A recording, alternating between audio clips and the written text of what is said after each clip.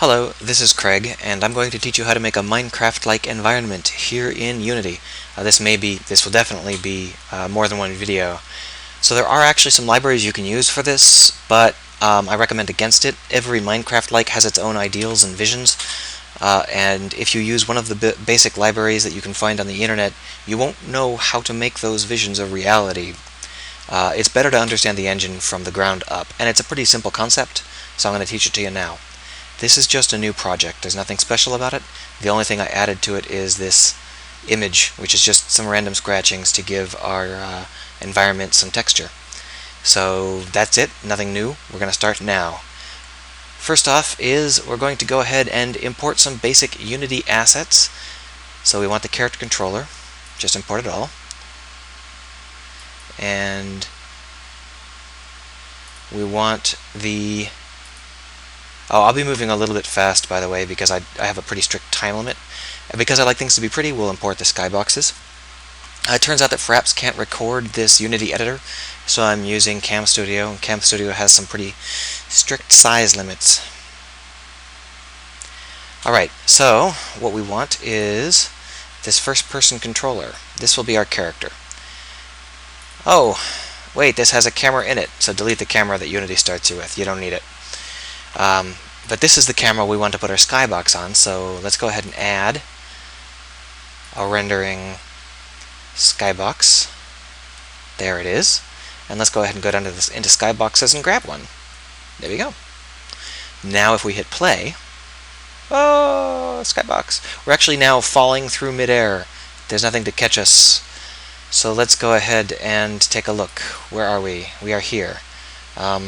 This is kind of in the middle of nowhere. Let's put ourselves at 0, 0, 0. And now let's go ahead and create a brick.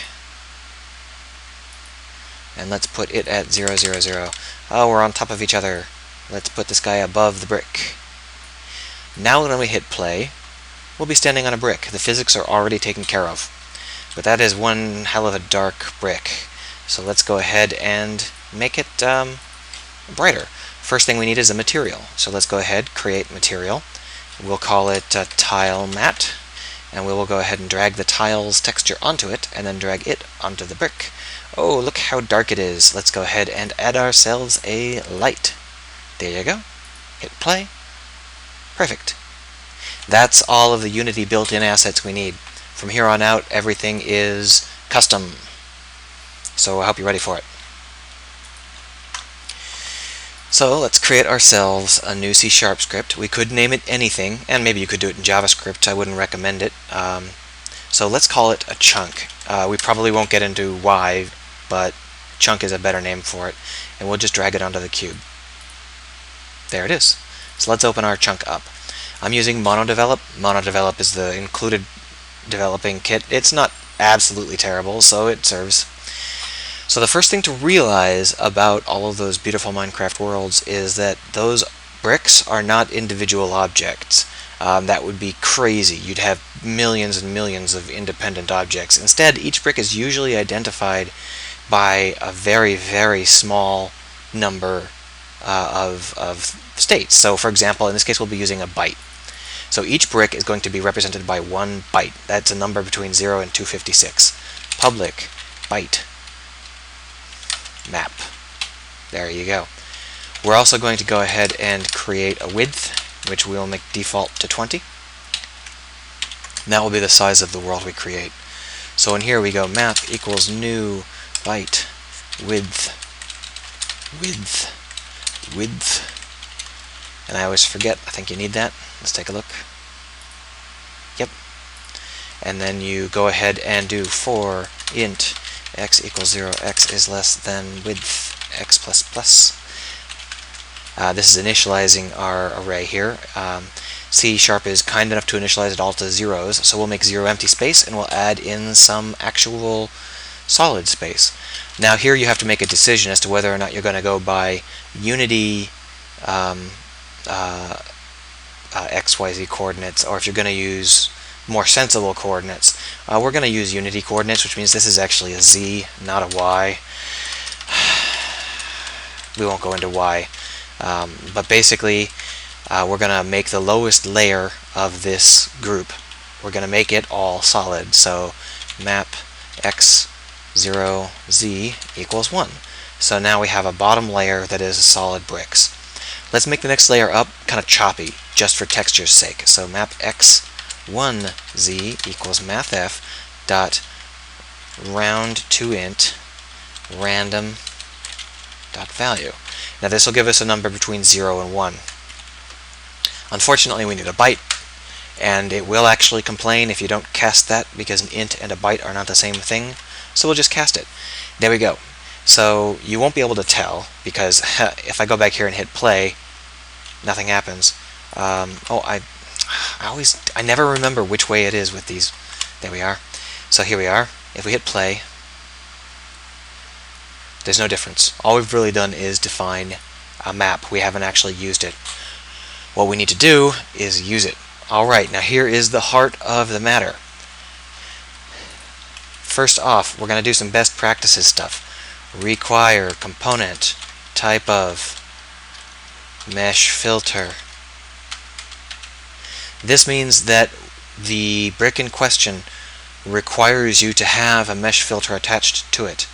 Now we do have a mesh filter attached to it. It is right there. So that's because we're going to be building a mesh. So let's go ahead and create ourselves a mesh. Protected mesh. And then here we're going to say mesh equals new mesh. And then we're going to say, I guess we should say get component mesh filter, and we're guaranteed to have one because of that require component up at the top. Dot mesh equals mesh. How exciting! So if you want to see what we just did, we just broke the brick. It's not there anymore. So you can see that the brick is still here in scene edit view, and we're still using the box collider, so we can still stand on it, but there's no longer a mesh for it. Well, it's time to teach you how to assemble a mesh here in Unity. It's actually pretty straightforward. We're going to use a bit of a shortcut that is maybe not best practices, but it is decent enough for our purposes. So we're going to create protected list vector3 verts equals new. And this will be our list of vertexes, but a mesh is not made of vertexes alone. We also need protected list int triangles, and just to future-proof it a little bit, protected list vector2 UVs. So the verts are the pieces of our mesh, the triangles are how those pieces connect up, and the UVs are what part of the texture to display. So we're going to go ahead and create a new function which we will call regenerate. We'll put that down here. Oh, come on, you. Public void regenerate. So here is where we do our work. Verts.clear, tries.clear. This doesn't matter now because we're starting off with them clear, but if we ever want to make a change and then run this again, we're going to need to get rid of the old data. Also, Unity is a little bit picky. If you assign a new set of vertexes and your old set of triangles is applied, it's probably going to throw some errors. So go ahead and say mesh.triangles equals tries.toArray, and that will clear out all of our triangles because tries is now empty, and we've just set it to be an empty array. Alright, so now what we have to do is actually generate all of the faces we need. We're actually going to work on generating individual faces.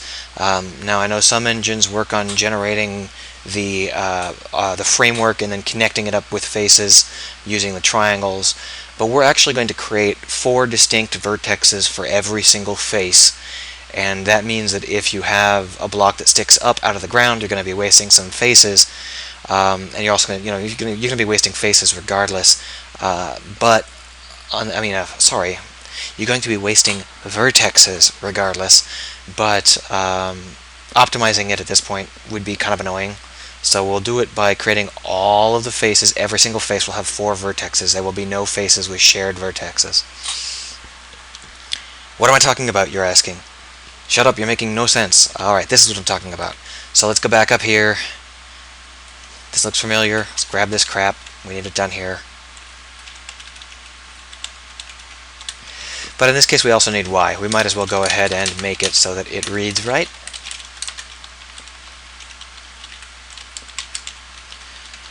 So what do we need to do? Alright, easy enough. Byte block equals map x, y, z. Woo! Exciting, right?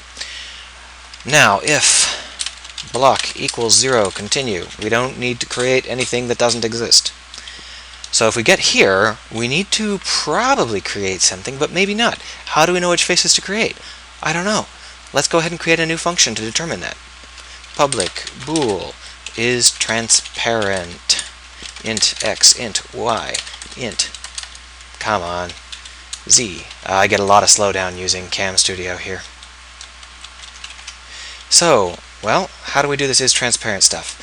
If, let's put in some safety, x is less than 0, or y is less than 0, or z is less than 0, or x is greater than or equal to width, or y is greater than or equal to width, or z is greater than or equal to width. Return. Now you could either make this false or true. If you make it true, that means you're going to be drawing boundaries at the edge of every block. Otherwise, it means you're not. We're going to go ahead and make it true. So what we've just said is, if you're asking for something that's not on our map, we consider it to be transparent, i.e. not there. So then we say return block, map x, y, z equals 0. And that just says if it's 0, it's transparent, otherwise it's not. In the long run, we'll have to make that a lot more complicated, but for now, that'll work fine.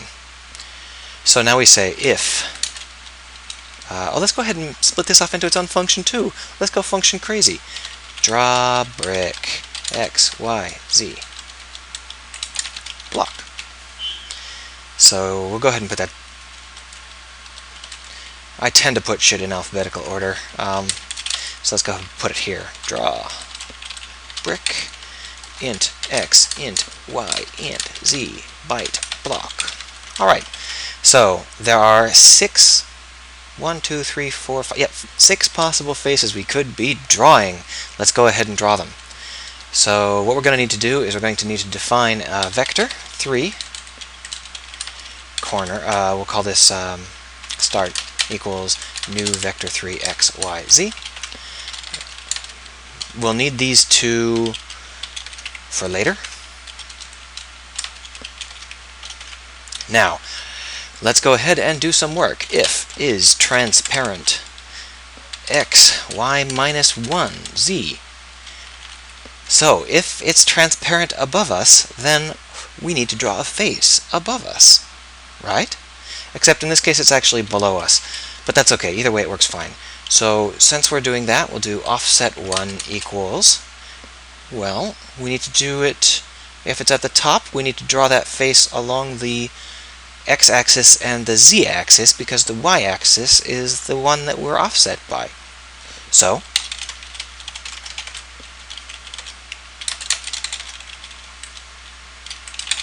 there we go. This is the x-axis, this is the z-axis.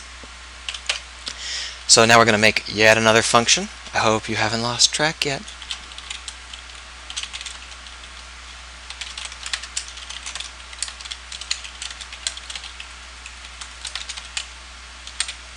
Brock. Yeah, let's go ahead and pass it to Brock.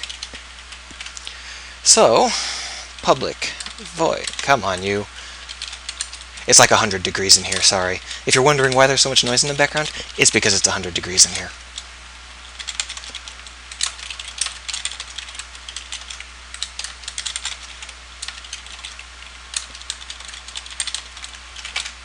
You may be wondering why I'm passing that block around. We'll need it for UV mapping. We probably won't even get there in this video. I'm certain we won't get there in this video.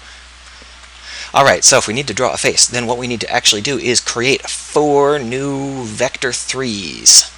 So, those vector 3's are vert.add start. Here they are, all 4 of them. Offset 1, offset 2, offset 1 plus offset 2. Ooh, so now we actually have the vertexes, but aren't we forgetting something? Like a face. Actually, this is actually a little bit... I do this because it's just a little bit easier to do it like this.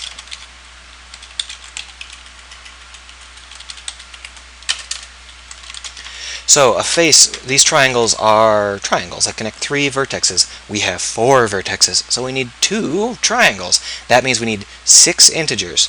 The way a triangle works is it lists the number of the vertex involved. So if we just started, this would be vertex 0, vertex 1, vertex 2, and vertex 3. So we need to go ahead and connect them, which would be something like this.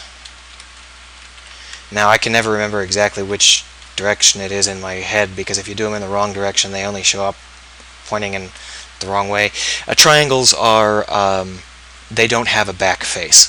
So if you get them wrong, then you will end up with something that looks like cube. Oh, I can't show you yet. We'll probably end up with a very spotty. I'll show you in a minute. That was kind of silly of me. So regenerate. Remember this function here where we're doing all of the work? After we've drawn all of the bricks, we need to do mesh.vertexes equals verts.toArray. Mesh.triangles equals triangles.toArray. I forgot that part. Sorry about that. We also, for future-proofing, need to go ahead and recalculate those normals. We're gonna need them.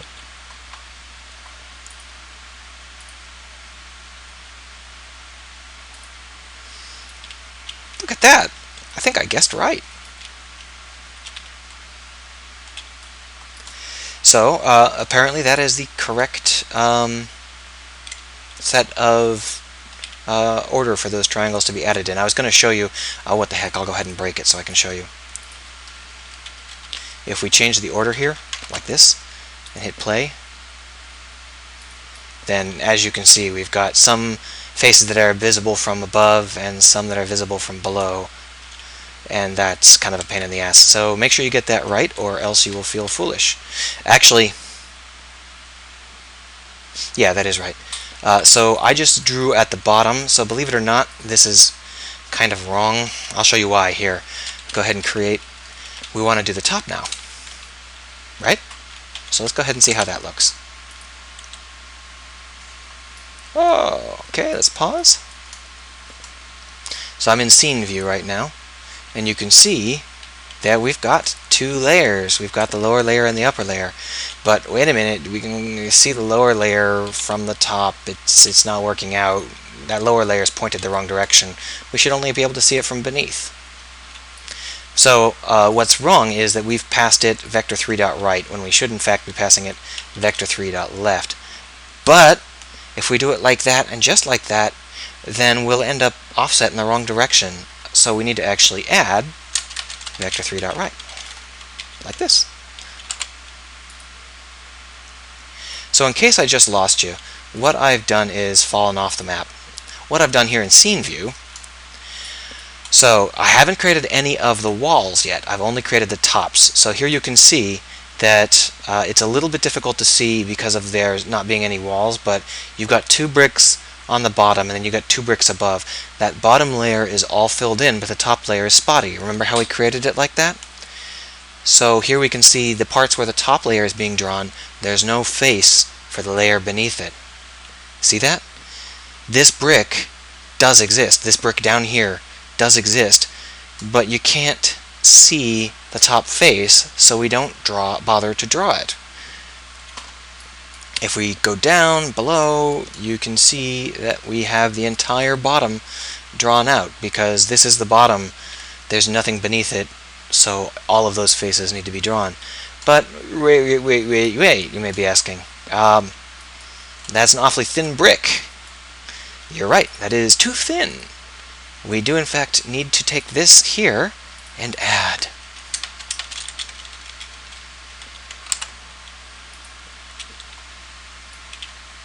So now, when we fall off again, now in scene view, when we look at it, you can see that the bricks have a serious thickness to them. They are thick. Now let's go ahead and go and just fill in the other walls real quick here. So we do that by simply saying copy, paste. exciting. Delete x minus 1, delete x plus 1, delete z minus 1, delete z plus 1. Now the problem is we've got all this arranged for the y-axis, and we no longer need it for the y-axis.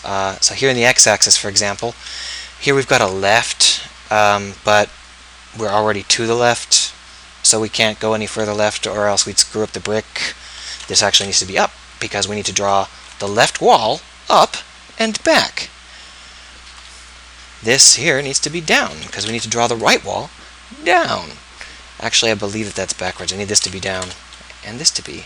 Oh, sorry, we need to be this to be down and this to be up. And so here, where we've got this as right, we need it to be up. And here, where we've got this being up, we need it to be... What is it? I've forgotten all of a sudden. Left. Yeah. Did I get this backwards with the x and the y's? I think I might have. Let's go ahead and take a look. The z-axis is going to be crazy right now, so let's go ahead and comment that out. We don't want to get distracted.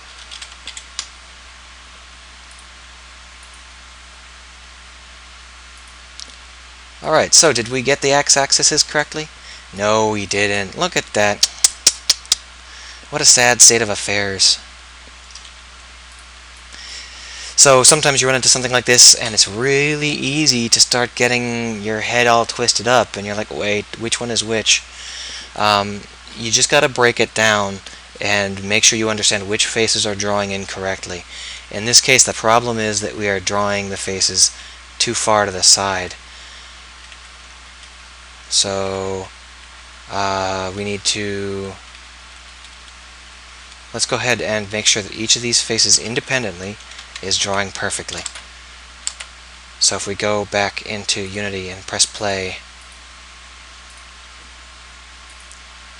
Play, you stupid. Now do we have any... Oh look, there they are. They're in the right spot, but they're pointed the wrong direction. No problem, right? If they're pointed the wrong direction, then that means we've got the wrong one of these. And instead of down, we want up, and we get rid of this. Is that all we needed to do for that one? Let's go ahead and hit play again and find out. Scene. Look at that. Perfect. So now let's go ahead and do the other wall. So this needs to be down, which means that this needs to be right and this needs to be up.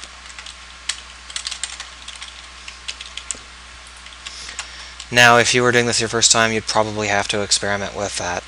Now, I'm sure that there are other ways to, there's good ways to memorize this and figure it out perfectly, but I want you to really understand that even when it feels complicated, it's not. You just have to isolate which faces you're screwing up and try again. So in this case, now both the X faces work, and we'll move on to the Z faces. Maybe we'll get lucky and they'll both work first time, as if I'd been doing this before. So here, we don't need to draw back any further because the back or the front. Instead, what we need to do is draw up. Up. This is probably down. So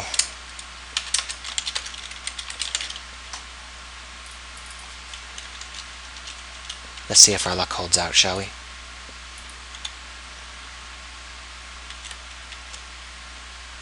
Almost, but not quite. All of the Z planes are offset to the wrong side, it looks like. Are they? Ah! As I said, no editing, so you have to deal with this kind of crazy stupidity that I sometimes get. I'd like to claim that every time I do it, it gets easier, but I always forget which faces are supposed to be offset by which amounts. It's just a thing that I never managed to figure out.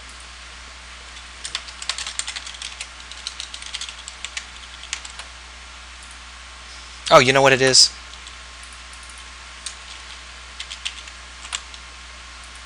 Watch that be wrong. That was wrong.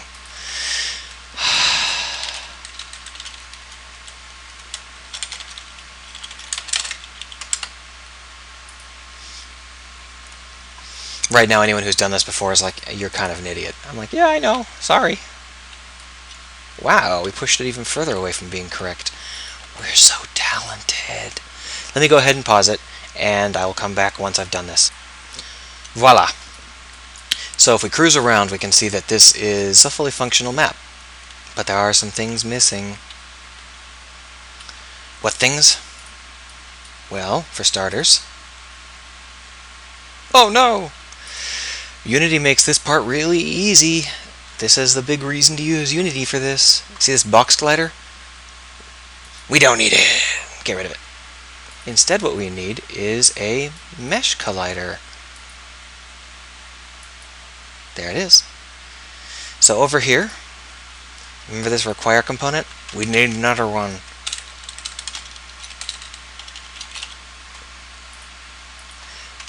We're going to want to make a reference to that because we're going to use it.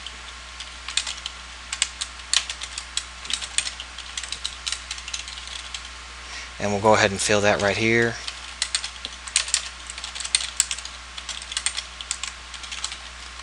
Alright, so now we've set up our mesh collider to be our mesh collider.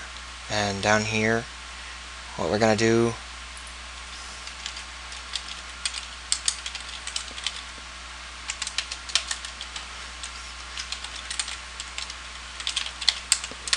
I'm sure there's some way to make that work without setting it to null first, but setting it to null first works.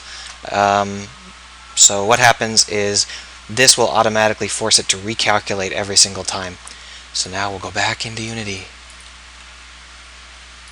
And we'll fall through right away. Oh, you know why that is? It's because we're inside of the bricks. There we are. There we are.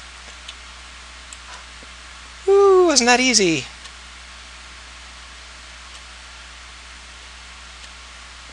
Now you may be wondering, what about the texture? What about editing stuff? What about this? What about that? I'm out of time and space on this Cam Studio recording, so I'm hoping that you will go ahead and tune in next time for the rest.